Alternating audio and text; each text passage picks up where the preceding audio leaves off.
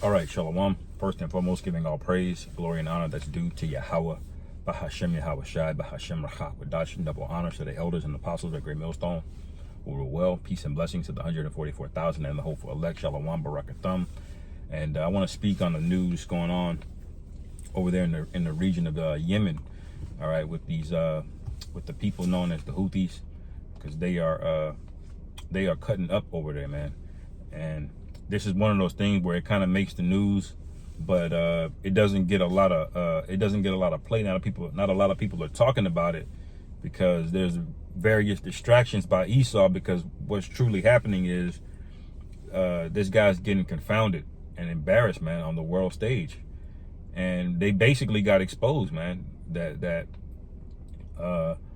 America is not good at defending against asymmetrical warfare, and this has kind of always been true, really going all the way back to the Native Americans, the so-called Native Americans. All right, with Gad, man, they could not beat Gad head up. Okay, when Gad knew how those hills were, you know, where the hill comes to an open field and coming out of trees and bushes, and they knew how the river winded, and Esau could know the terrain, but he's very good at fighting conventionally, man. His strength is in his sword and his weapons that he uses.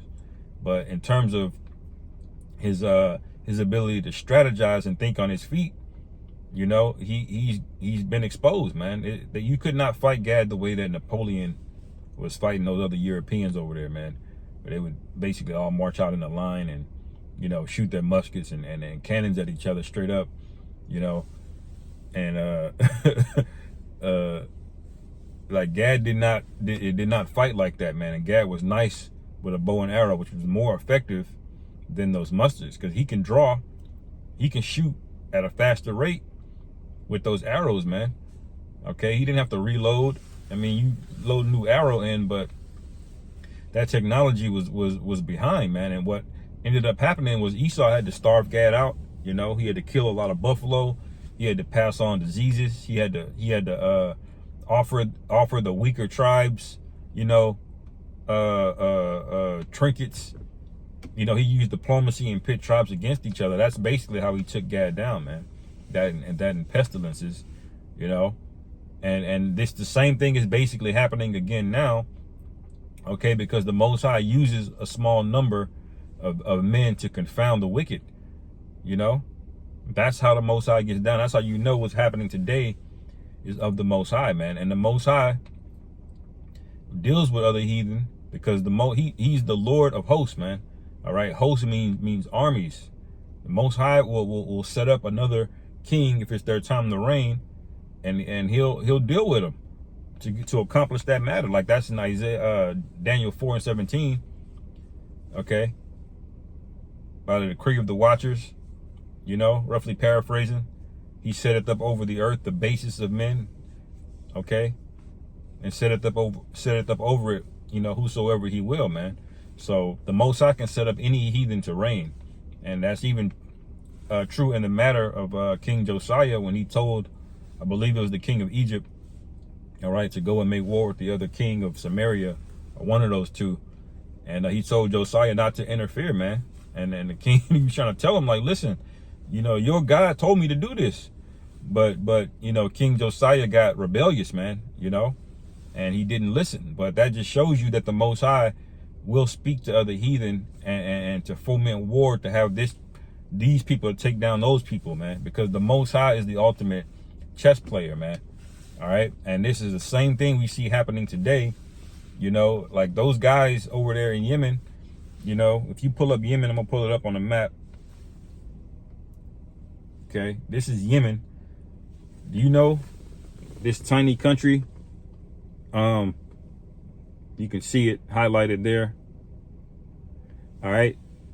America has been funding Saudi Arabia for the past going on 10 years to make war with the people in Yemen, and they have not been able to take them down, man. The Houthis are still alive and well, and they're disrupting hella trade right now, man. All right, they're hurting their pockets.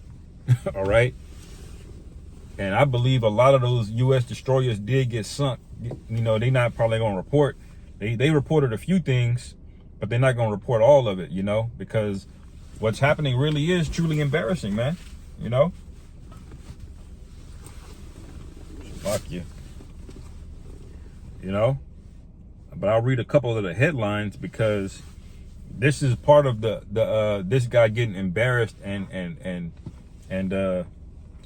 made bare on the world stage, because the guys over there in Gaza, okay, they're doing the same thing, asymmetrical warfare, man. They coming out of tunnels with a rocket launcher, boom, and hiding, running back in there, and they're suffering casualties before you know it. You know, you done lost all kind of men. You know, you're running low on ammo. You got to ask the United States for more aid. You know, when they were supposed to be the big dog, the favorite to win, but they can't do it. You know, because ultimately, life and death is in the power of Yahweh Bashim Yahweh Shai, man. And I'm gonna get these precepts real quick to prove that when the Most High wants something happen, he's known for doing it with a small number, man, just to show you. Okay. But let's read a couple of these headlines. Actually, I'm gonna get this matter real quick in Judges with Gideon, okay? Because Gideon, that story with Gideon and the Israelites, that's really the first story of the 300, man. Because we took out thousands, man. All right. It says this is Judges chapter. Let me see.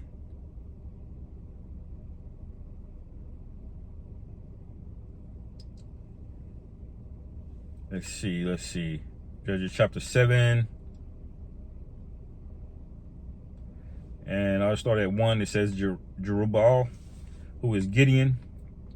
Jerubbaal, who is Gideon, and all the people that were with him rose up early and pitched beside the well of Harod, so that the host of the Midianites were on the north side of them by the hill of Moreh, and in the valley. And the Lord Yahweh said unto Gideon, the people that are with thee are too many as for me to give the Midianites into their hands, lest Israel vaunt themselves against me, saying, my own hand hath saved me.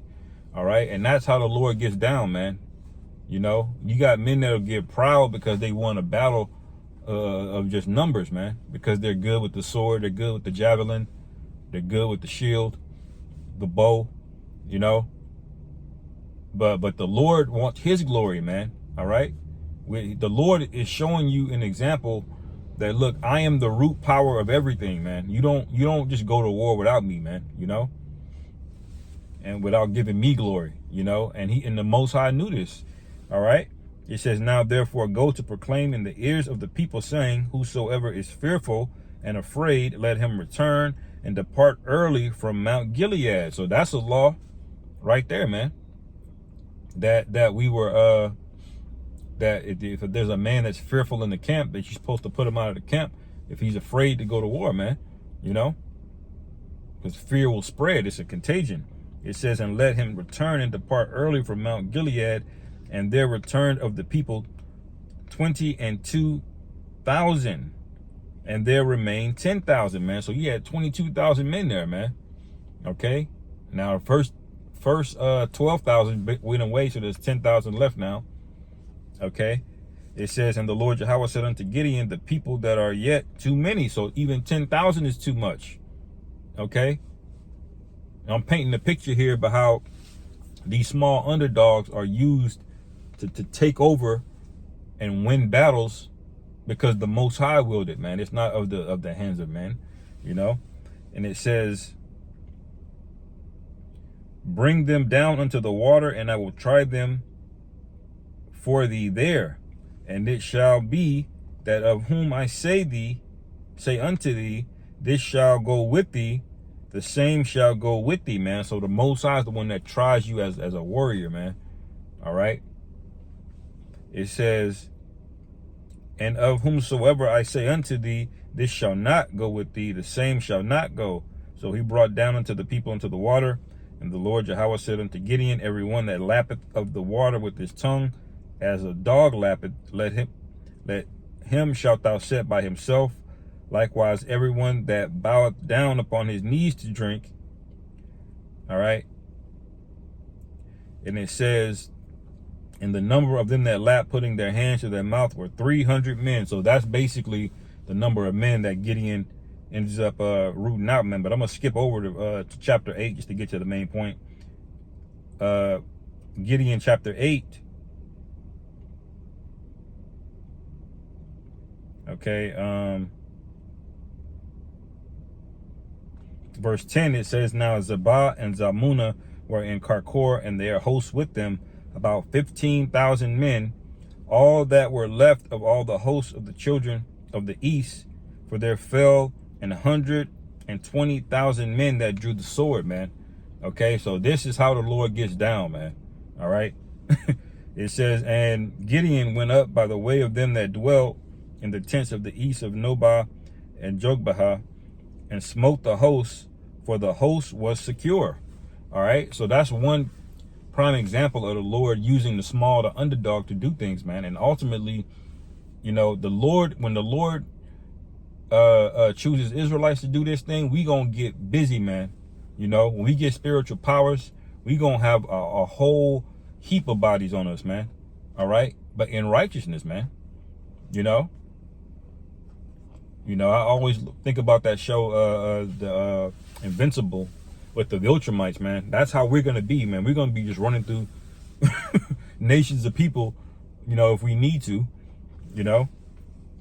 But let me read a couple of these headlines real quick, because stick back to the main point. It says Yemen's Houthi ships say attack in Gulf of Aden may sink. Okay, Yemen's Houthi rebels at risk of sinking. A Rubamar cargo ship targeted by Yemen's Houthi rebels at risk of sinking. All right. It says Houthi claim they hit British ship and downed a U.S. drone over Yemen, man. So they're taking these people out, man. America is firing $80,000 missiles, okay, and they're being taken out by a $1,000 missile. All right, because that's all it takes to take them out. And that's what I mean by America getting exposed, because their military, it costs a lot. It's very advanced warfare, but it's very conventional. It's not made to go root out these guys that are doing this asymmetrical warfare, man. Now, if they want to level a countryside, yeah, America can do that easy, you know. But it's very expensive. It's very pricey, okay. And if this war continues, America's gonna lose. Because how has it been 10 years and they have not been able to take these people out, man? You know?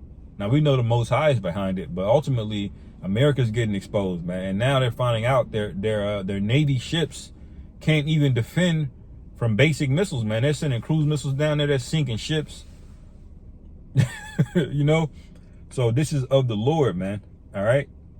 And they're hurting their pockets, man. These Yemenis, these Houthis, they're able to target certain ships, man. So they'll let a ship from India go through, or a ship from China go through, and then if it's going to Israel to help Israel's economy, they'll block it, or they'll invade it, or they'll sink it, you know. So these guys are highly effective, and you see the same thing with those other guys in Gaza, man. You know. So this is the Most High's will, man. I'm gonna get one last precept, because ultimately this is a comfort to us. Why? Because we are small in number, man. The elect are not a majority, you know. Just of Israel alone, we're a minority, man. Only 1/3 of Israel are going to be of the elect, you know.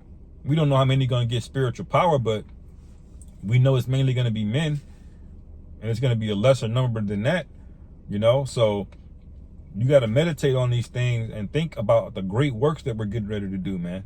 All right, just like in the time of Acts, miracles are going to be performed as well. All right, but let me get to this point over in Maccabees. This is First Maccabees chapter 3, and I'm going to start at verse 12. It says, now when Saron, a prince of the army of Syria, heard that Judas had gathered unto him a multitude and company of the faithful to go out with him to war. All right, because basically we've had it basically with these heathen in our land, you know, Simon, Judas, and the Maccabees. Okay, we're basically, you know, going back and conquering cities and reclaiming our lands, re-sanctifying, you know, our land, man, you know. And so let me go verse 14. It says, he said, I will get me a name and honor in the kingdom, for I will go fight with Judas and them that are with him, who despises the king's commandment. All right, so this nigga think he's gonna get some clout. All right, think he's just gonna take us out and get some clout with the king, because we were a great pestilence to him. So much so that when you keep reading, you find out that Antiochus gathered his whole realm, it says, to come down and come try to deal with us, you know. And it says, verse 15, so he made him ready to go, and there went with him a mighty host of the ungodly to help him, and to be avenged of the children of Israel. All right. And it says, and when he came near to the going up of Beth-horon, Judas went forth to meet him with a small company. All right, there's that small company again. Okay. And it says, verse 17, who when they saw the host coming to meet them, said unto Judas, how shall we be able, being so few, to fight against so great a multitude and so strong, seeing we are ready to faint with fasting all this day? Because we went on a fast, man. All right, that means, but we were doing spiritual things to win these wars, man. It wasn't about working out. All right, practicing your strikes with the sword, practicing your aim with the bow. You know, those things are good, but ultimately you better be locked in with Yahweh Bashim Yahweh Shai before you put your hand to any battle, man. All right. And it says, so his men are worried because they're faint, you know, from the fast. And let me see, verse 18, unto whom Judas answered, it is no hard matter for many to be shut up in the hands of a few, and with the Most High of heaven it is all one. All right, to deliver a great multitude or a small company. So he said to the Most High, it's no different than taking out 1,000 men or 100,000 men or 1,000,000 men. It's the same thing to the Most High, man. And that's the mindset that we got to have, man. All right. It may seem like we're small in number, that we're not going to get the victory if you just look at it from a conventional and carnal standpoint. But you got to remember, man, the Lord did this over and over and over again to show his power through his men, through the men that he loves, man. All right. He used David to take out Goliath, man. Everybody was scared of Goliath. All right. He didn't use the tallest man in Israel to take him out. King Saul was tall, man. He didn't use him. All right. So you gotta think about these things, man. This is war, but it's spiritual, okay? And it says, verse 19, for the victory of the battle standeth not in the multitude of a host. Exactly, man. But strength cometh from heaven. And so while everybody is confounded about, well, I thought America spends, $800 billion, almost $1 trillion on their military. How come they can't take out, these people and that people? Because the Most High didn't will it, man. And ultimately, America is getting set up for that 1-2. Okay, they're gonna lose badly over there. When World War III pops off, they're gonna get their shit pushed in, man. All right, and they don't even know how many enemies they've made. You had CIA and all these other organizations in every damn country. They're pissed off, man. Even your own allies in Europe are mad at you, man. All right. So this whole idea that America's just gonna go on forever, they're not, man. I'm telling you. All right. It says, let me read that again. First Maccabees 3:19. For the victory of the battle standeth not in the multitude of an host, but strength cometh from heaven, man. All right. They come against us in much pride and iniquity to destroy us, and our wives and children, and to spoil us. See, that's the thing. They came with pride, man. You can't be proud in a fight, man. No matter how much of a favorite that you think you are fighting somebody, always respect your opponent. Always, man. And we as men of the Lord, we pray to the Most High and we respect our opponent, man. All right. It says, verse 21, but we fight for our lives and our laws, man. So you got to have something in you to fight for, man.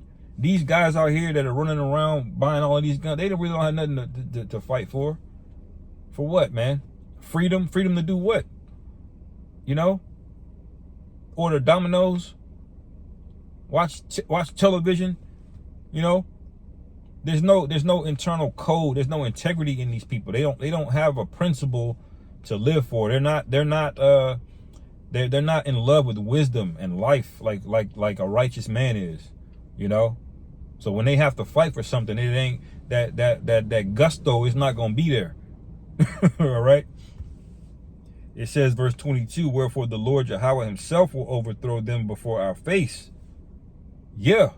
This is all I love the book of the Maccabees, man. You know, this is, you know, Nat Turner probably read this, you know, before he went and did his thing, you know. It says, and as for you, be ye not afraid of them. All right. So get off that fear, man. The scriptures say, put off the weak nature and mortal thoughts, man. All right. It says, now, as soon as he had left off speaking, he leapt suddenly upon them. And so Sharon and his host was overthrown before him, man. And that's basically the main point. The Most High is in control of this whole thing, man. And you're going to see America get more and more embarrassed. And the more America gets embarrassed, the more these other nations are going to try you, man. China's going to start trying you, you know. They're going to start taking, you know, that disputed area in the South China Sea, Taiwan and all. They're going to start trying America, man. Like, do something, you know. Because you already know these navies and destroyers, they're not the thing that you thought that they were, man. All right. The defenses on them are not as good as you thought that they were. Because America did what? They got proud. Even Putin said that, man. He said, we surpassed you in making nukes, man. You know? And how did that happen? Because America got proud. That's how that happened, man. America had everything. And in the 50s and 60s, man, you couldn't stop America, man. That was their peak. But now, what's happened? Pride is set in. And pride is like a speck of mold. It just grows and grows, and it consumes the whole thing. You know? And before you know it, you're not worth anything. You know? Pride is like a spiritual cancer in you, man. All right? That's why you say forgive your brother and let things go, man, especially around the time of the Passover, because you don't want to let those things get a hold of you like America has done, man. All right? Now, we know this is all the will of the Most High, but, you know, I'm just speaking to the men that have ears to hear, you know. Like the Lord is going to do some powerful things in the very near future, man. I believe that, you know. So I'll end it there, man. Lord willing, this was edifying. Call halal Yahweh by Hashem Yahweh Shai by Hashem Rachak Wadash. Shalom. Kwam Yasharal.